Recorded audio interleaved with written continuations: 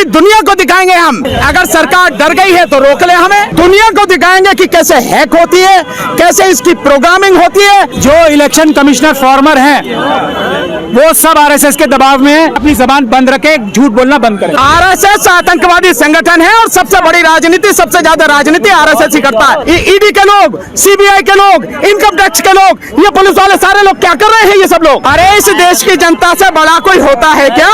लेकिन election commission बड़ी हठधर्मिता पर अड़ा हुआ है। इलेक्शन कमीशन को भी अगर दबाव में है तो आजाद कराना उसको। ईवीएम पे पूरी दुनिया का भरोसा नहीं है और मोदी जी के ऊपर पूरे देश के लोगों को भरोसा नहीं है। हम ईवीएम से चुनाव होने क्यों देंगे? क्या कर रखा होगा अमित शाह साहब ने, क्या कर रखा होगा इलेक्शन कमीशन के साथ? मुझे मरवाने के लिए कोशिश कर रहे हैं, मुझे अरेस्ट कराने को डरते नहीं है वो। मोदी जी भी सुन ले और इलेक्शन कमीशन भी सुन ले, होने नहीं देंगे ईवीएम से।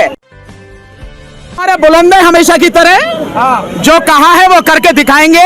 अगर सरकार डर गई है तो रोक ले हमें, मार दे गोली, हमें क्या चिंता वाली बात है? हमारे इरादे तो हमारे और सबूत हमारे पास है, तभी तो कह रहे हैं उन्हें दिखाओ, हम पूरी दुनिया को दिखाएंगे, सरेआम हैक करके दिखाएंगे किस तरह से तुम उसकी प्रोग्रामिंग करते हो, सेटिंग करते हो, इस पूरी दुनिया को दिखाएंगे हम। देश में 50 जगह हम करके दिखाएंगे। दिक्कत क्या है, डर किस बात का? दोनों हमें जो 150 हम मांग रहे हैं, ईवीएम, वीवीपैट और जो आपकी जो कंट्रोलिंग मशीन है, दोनों हमें। सर इलेक्शन कमीशन कह रहा है, पहले भी लोगों को बुलाया गया था, पहले कह रहे थे आपको छेड़ेंगे नहीं, हाथ नहीं लगाएंगे, पर हैक करके दिखाओ। तो क्या आपकी बार बिना उसी के लिए तो कह रहे हैं कि सील करके दे, देश के 50 जगह पर लाइव सबके सामने, मीडिया के सामने दुनिया को दिखाएंगे कि कैसे हैक होती है, कैसे इसकी प्रोग्रामिंग होती है और कैसे मोदी जी बार बार जीत जाते हैं। दिखाएंगे ना दुनिया को। सर कुछ इलेक्शन कमिश्नर ये कह रहे हैं कि जो जब इलेक्शन होता है तो उसमें बहुत सारे लोग होते हैं, तो सबको मैनेज करना आसान नहीं है। अगर एक दो बूथ, अगर किसी एक आदमी को मैनेज करना तो आसान बात है, लेकिन जब देश का चुनाव होता है तो इतनी बड़ी बॉडी होती है, उसको मैनेज नहीं किया जाता। मैं जवाब दूं। ये जो इलेक्शन कमिश्नर फॉर्मर हैं वो सब आरएसएस के दबाव में है। हम उनको चैलेंज करते हैं कि वो जब हम 50 ईवीएम को हैक करके दिखाएंगे वो साथ रहे मौजूद, वरना अपनी जबान बंद रखे, झूठ बोलना बंद करें। इसका जवाब पॉलिटिकल पार्टी प्लीज, मैं इसका जवाब देता हूँ। पॉलिटिकल पार्टी थोड़ी, मैं इसका जवाब देता हूँ और मैं इसका जवाब, आतंकवादी संगठन है आरएसएस, आतंकवादी संगठन है और सबसे बड़ी राजनीति, सबसे ज्यादा राजनीति आरएसएस ही करता है। नंबर एक। नंबर दूसरी, आप कह रहे हो इतने सारे लोग मैनेज नहीं हो सकते। पूरा सरकारी अमला मोदी जी के सामने नतमस्तक हो चुका है, अपना ईमान खो चुका है, बिल्कुल साष्टांग दंडवत करता है। इससे ज्यादा और कोई दिक्कत होगी क्या? ईडी के लोग, सीबीआई के लोग, इनकम टैक्स के लोग, ये पुलिस वाले सारे लोग क्या कर रहे हैं ये सब लोग? ये उनके सामने नतमस्तक है। आप करो मैनेज नहीं होता, कौन कौन मैनेज नहीं होता? हर कोई मैनेज होता। अगर एक भी व्यक्ति ईमानदार होता, एक भी संस्था ईमानदार होती तो वो निष्पक्ष चुनाव कराती। इलेक्शन कमीशन निष्पक्ष होता तो स्वतंत्र, पारदर्शी और निष्पक्ष चुनाव कराता। कराए ना, हम यही तो बात करें। सवाल ये है सर, सवाल लीजिएगा। सवाल ये है कि जो बड़ी पॉलिटिकल पार्टी है वो विरोध क्यों नहीं कर रहे? ना तो कभी नीतीश कुमार को देखा, ना राहुल गांधी को देखा, ना मायावती को देखा। अरे इस देश की जनता से बड़ा कोई होता है क्या? इस देश की जनता सबसे बड़ी है, सबसे पहले है, सबसे ऊपर है। इससे बड़ा कोई विपक्ष नहीं है। और बावजूद उसके आप कह रहे हैं कि बड़ी पॉलिटिकल पार्टियां नहीं कहती। इंडिया गठबंधन में जितनी भी 28 पार्टियां हैं, उन्होंने इलेक्शन कमीशन को लेटर लिखा नहीं लिखा कि जो वीवीपैट है, उस वीवीपैट में जो पर्ची है, वो पर्ची आप वोटर को दो और उसको उसमें डालने दो एक बॉक्स में, और उनकी 100% यानी 100% उसकी पर्ची की गिनती कराओ, क्योंकि वोट वही है। तो पॉलिटिकल पार्टियां कैसे नहीं बोल रही हैं? बोल रही हैं पॉलिटिकल पार्टियां। और यही नहीं, सिविल सोसाइटी के लोग बोल रहे हैं। सिविल सोसाइटी के लोग, आपको मालूम है सिविल सोसाइटी ने जो बनाई है, एक कमीशन बनाया, citizen commission on election report EVM और वीवीपैट पे, उन्होंने 11 पेज की रिपोर्ट बनाई है, जिसमें सुप्रीम कोर्ट के रिटायर्ड जज जस्टिस मदीन बी लोकुर उसके अध्यक्ष रहे हैं, और उसमें सुप्रीम कोर्ट के जजेस, हाई कोर्ट के रिटायर्ड जजेस, IAS officer, IPS officer, professors, ये आईआईटी एक्सपर्ट लोग हैं, उनकी पूरी रिपोर्ट है। निकाल के पढ़ो ना, उसमें नेट पर हासिल है। उन सबने 6,500 लोगों ने साइन करके इलेक्शन कमीशन को दी है। इलेक्शन कमीशन को लोगों को भी बुलाया, एक आदमी इलेक्शन कमीशन से आया, बाकी कोई नहीं आया। और वो रिपोर्ट जो है उस पे संज्ञान लेने को तैयार नहीं है इलेक्शन कमीशन। सिटीजन कमीशन के जो लोग हैं, जो सिविल सोसाइटी के लोग हैं, उनसे मिलने को तैयार नहीं है। तो जो सिविल सोसाइटी के लोग हैं, जो आम जनता है, जो पॉलिटिकल पार्टी हैं, सभी इस आवाज को उठा रही है, लेकिन इलेक्शन कमीशन बड़ी हठधर्मिता पर अड़ा हुआ है। एक मिनट में ये और आपको बता दूं, आज का जो ये हालात नजर आ रहे हैं, इससे हमें ऐसा लग रहा है कि इलेक्शन कमीशन को भी मोदी जी ने और अमित शाह साहब ने कहीं बंदी तो नहीं बना रखा। वो हो सकता है मिलना चाह रहे हो इंडिया गठबंधन के लोगों से भी, वो हो सकता है सिविल सोसाइटी के जो अभी सिटीजन कमीशन जो बनी है मदन बी लोकुर साहब के सामने जो एक रिपोर्ट आई है, उनसे भी मिलना चाह रहे हो।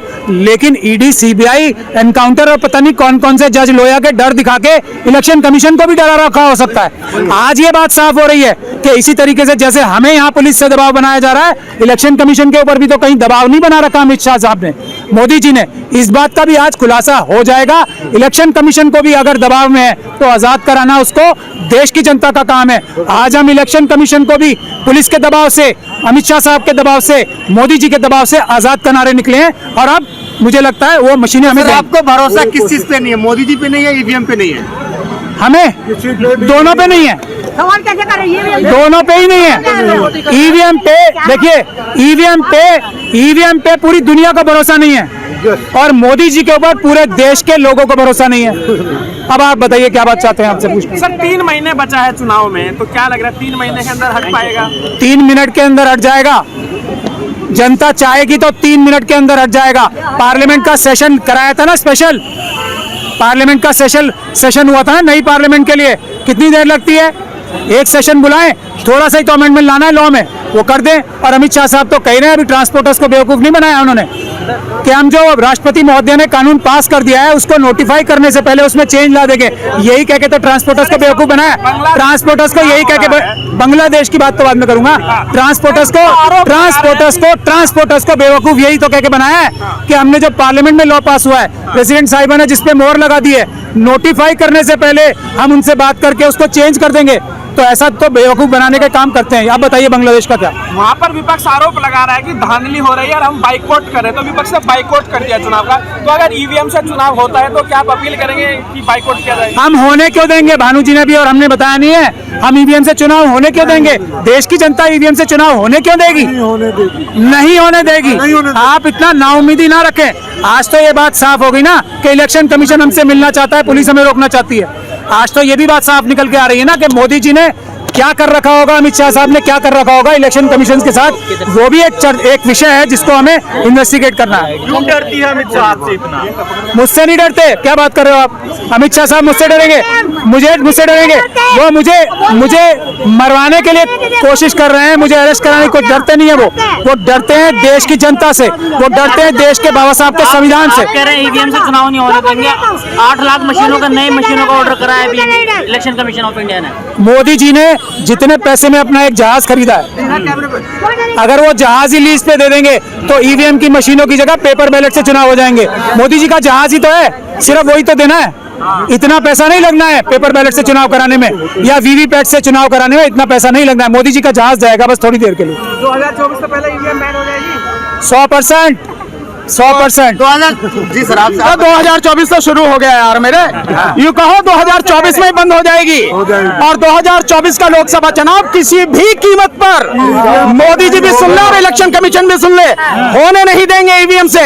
चुनाव होगा 2024 का तो केवल और केवल बैलेट पेपर से होगा, इसके अलावा चुनाव होगा नहीं। मोदी जी से डरते कहाँ है सर? कौन डरते हैं मोदी जी से? और मोदी जी डरते हैं हमसे? मोदी जी से कौन डरे यार मेरे? मोदी जी कर रहे, उनके पास सब तो मंच सारे, हमें मार दे, गिरफ्तार कर ले, हम काहे को डरते हैं मोदी जी से? सर 2000 लोग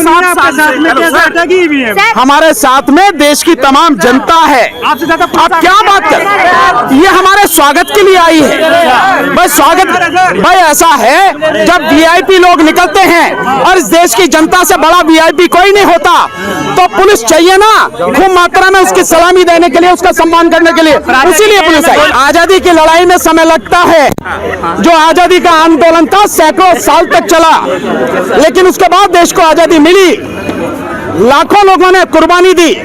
अगर इस ईवीएम से निजात दिलाने के लिए, इस मोदी सत्ता से निजात दिलाने के लिए हम सारे के सारे लोग बलिदान भी हो जाएं, हमारी कुर्बानी भी हो जाए, कोई दिक्कत नहीं। और भी अगर कुछ समय लग जाए कोई दिक्कत नहीं, लेकिन इस देश को बचाना जरूरी है, इस देश के संविधान को बचाना जरूरी है, इस देश के लोकतंत्र को बचाना जरूरी है, और सबसे ज्यादा इस देश की जनता को, हमारी जो पीढ़ी है आने वाली, उसके भविष्य को, अपनी औलाद को बचाना जरूरी है। इसलिए लड़ाई चले। सपोर्ट मिल रहा है राहुल गांधी बांस जोड़ रहे हैं। आप एक मिनट, कितना सपोर्ट मिल रहा है इसका उदाहरण बता देता हूं। आप सब मीडिया के साथी हो, आप अपने चैनल्स पे देखो कितने लोग देख रहे हैं और कितने लाइक कर रहे हैं और कितने जो कमेंट आ रहे हैं। एक बात, दूसरी बात, ये जो अभी ड्राइवरों के पक्ष में मैंने बोला है ना, 3 करोड़ से ज्यादा लोग देख चुके हैं, 15 लाख से ज्यादा लोगों ने लाइक किया है, और 7.5 लोगों ने, 1700 लोग, 1,70,000 लोगों ने उसको शेयर किया है।